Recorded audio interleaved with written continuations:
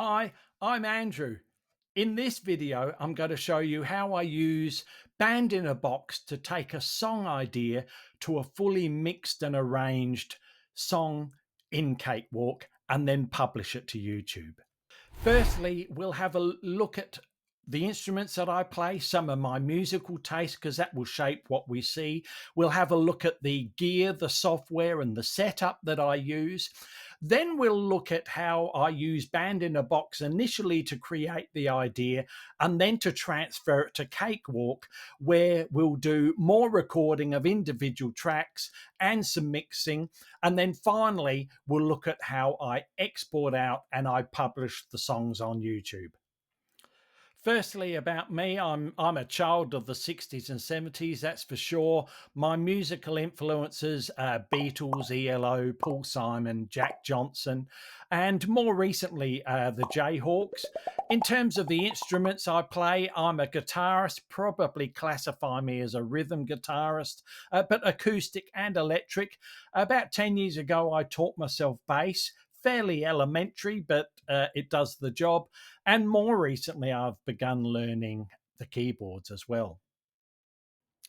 In terms of the equipment and software that I use for my microphone, not this one, I use an XSE condenser mic and it comes with a really good acoustic shell around it. For the audio capture box, I've got a Focusrite Scarlett 2nd generation. In terms of software, Band-In-A-Box 2023, I think, for idea creation and development. And then in terms of digital audio workstation, I use Cakewalk by Bandlab. Occasionally, I've used Reaper.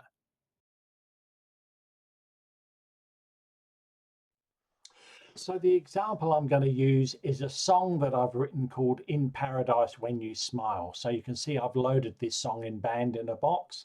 All the chords that I use here through the verses and choruses are all laid out here in the grid. You can see that I'm using a standard Band-In-A-Box style called Britpop, classic British pop. I've got the length and the timing and the key signature all set over here. So we'll just play a little bit of it so you can hear it in its Band-In-A-Box form.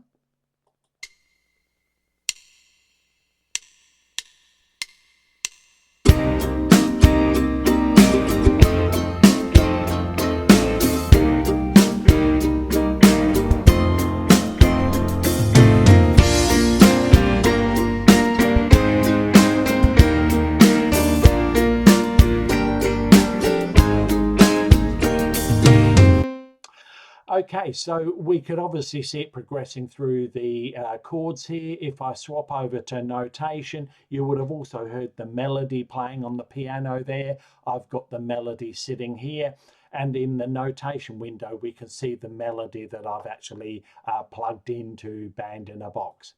So if I've completed the song at this point, what I would normally do after saving it is come up here to Wave, export the song as an audio file using the WAV format, mono channels, and one file per track, normalizing individual tracks. And I also include the 2-bar drum counting because that helps me when I'm recording.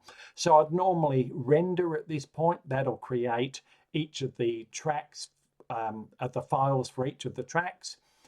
So I'll close that there.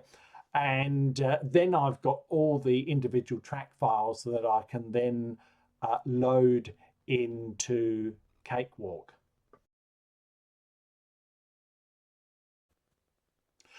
Okay, so I've opened up Cakewalk here and I'm about to start a new project. So I'll click on here. Now what I've done inside Cakewalk is I've actually created a template file called Shell for New Songs. So whenever I'm creating a new song, I choose this shell because that's got some setup in it that saves me a bit of work. So we'll go and open that up. And you can see I'm fond of color coding. So I'm in the console window here in Cakewalk. And the instrument types I've got grouped in similar colors. So I tend to have vocals all in this pinky color, guitars in green, bass in the blue, drums in black, and then some other options there. So you can see I've got empty tracks. There's nothing here. So one of the first things I do is I adjust the tempo. Now I know that the song that I recorded in Paradise When You Smile, that was 95 beats a minute in Band-In-A-Box. So I changed that. I also happen to prefer using snap grids on. It just helps me in terms of cutting, those sorts of things. So now what I'll do is, because I've got no tracks in here, I'll actually start making sure the head is right at the start of the track. I'll start importing. So I right click here, choose import audio, and then I'm looking for the file that I use. So we can see here that I've located where all of my Band-In-A-Box tracks have been stored to. So I'm importing the audio into the drums. So you can see here I've obviously had different versions that I've rendered, but I'm looking for the latest one. It's this one here, Real Drums. So I open that up, and it's imported that there. So I continue through, I do the same thing for bass. And there's the bass there. And that's imported that there. You can see the 2-bar lead in here, and obviously the bass has got the 2-bar lead in there. So I continue through that with all of the tracks. Now, what you might notice here also is that in relation to bass, that's where I've imported the Band-In-A-Box bass, but I've also got a spare empty track next to it, because that is where I'm going to replace the Band-In-A-Box bass with my own bass work. So I'm just loading all of the Band-In-A-Box files in here initially as a bit of a guide, but now I'll actually commence replacing them with my own work. So I've also got the same through here on guitars, and obviously vocals are empty. The melody from Band-In-A-Box I drop in here. If I happen to have a solo in Band-In-A-Box, I'll put that in this particular track as well.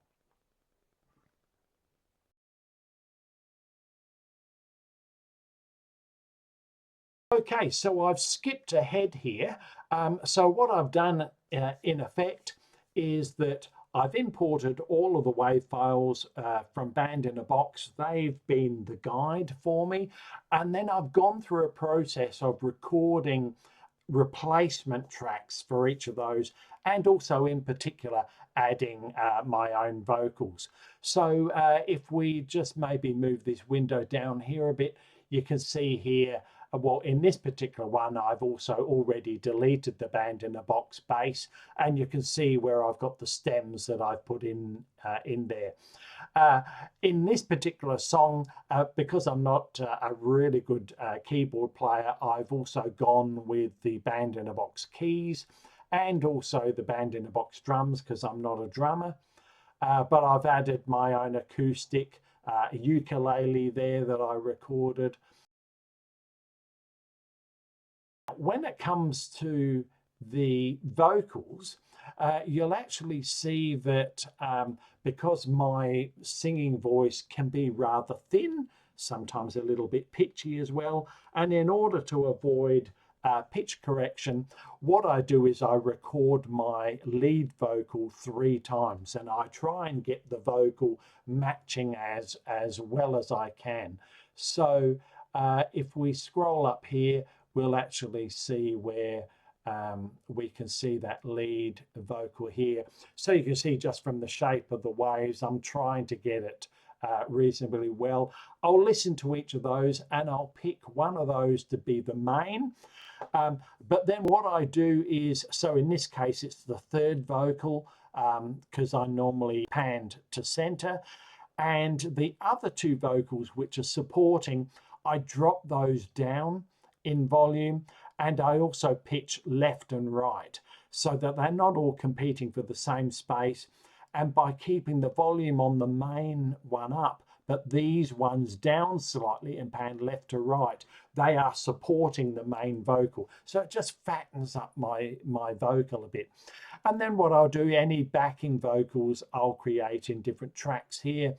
And in this case, we can see I've got two backing vocals here, 1 and 3, and they're panned hard left, hard right. We can also see here with the guitars that I have recorded, we've got those here, hard left, hard right. And then, so what I'm doing is I'm just mixing to try and find each track in its own space, not all competing for the same space in the center. So once I've done that, I've recorded all of the tracks.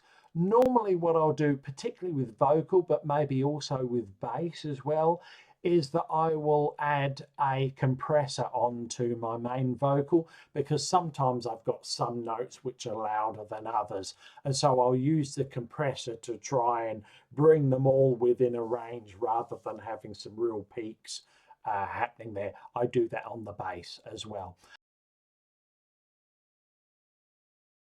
And you can see there's a reasonable amount of editing that I do here, trimming, and not much in this particular case, but if we scrolled up here to some of the others, you can see I've got individual stems through here, mainly because I'm not a proficient ukulele player, so I was having to record each chord change as a separate stem.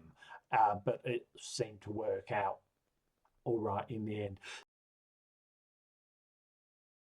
So I'm obviously going through and doing lots of mixing there. And then finally what I'll do is, once I've got it to a point where I'm happy, I'll come up here, I'll do an export, and exporting out in MP3, because that's ultimately what I'm publishing to. And what I'll then do is I'll go and listen to that MP3 on a couple of different devices, because how I hear it on the headphones or through my studio monitors isn't always the same as how I hear it on my iPad or inside the car. So I listen to all of them to try and find where maybe one device is overemphasizing a particular track. So I mix that up a bit. But then at the end, I am producing an MP3, and that forms the basis of my YouTube clip. My worries and fears are replaced by contentment and peace. My greatest joy is to see you safe and at ease. I can feel it pass, I can feel the worry slipping away. It's slipping away. I'm in paradise when you smile. I've ascended to the gates of heaven.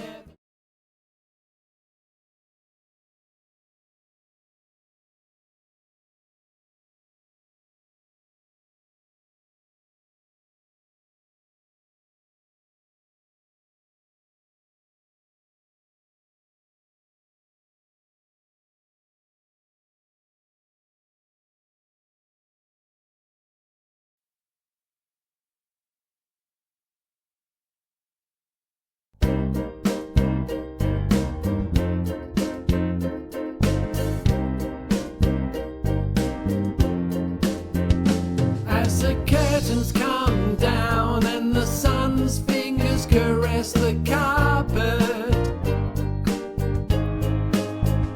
like a headache dissipating after long cold drinks of water, I can feel it pass, I can feel it slipping away, it's slipping away. My worries and fears are